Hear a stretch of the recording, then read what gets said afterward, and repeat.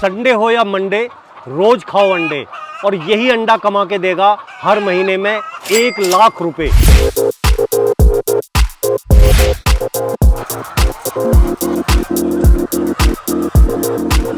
मेरा नाम प्रीत मंडोरा, गांव मंडोरा, तहसील सरदना, जिला मेरठ है।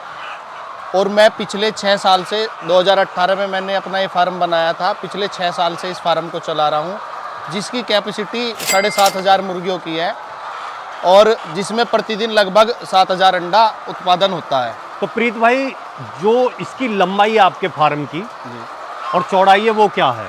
इसकी लंबाई 140 फीट और इसकी चौड़ाई 38 फीट है। इसमें हमने 3 लेयर बना रखी हैं इसकी जी मुर्गियों की। तो कोई साइड चार लेयर का भी हो जाता है, उसकी लंबाई ज़्यादा हो जाती है, लेकिन उसमें गर्मियों में हमें दिक्कत आती है बहुत ज़्यादा।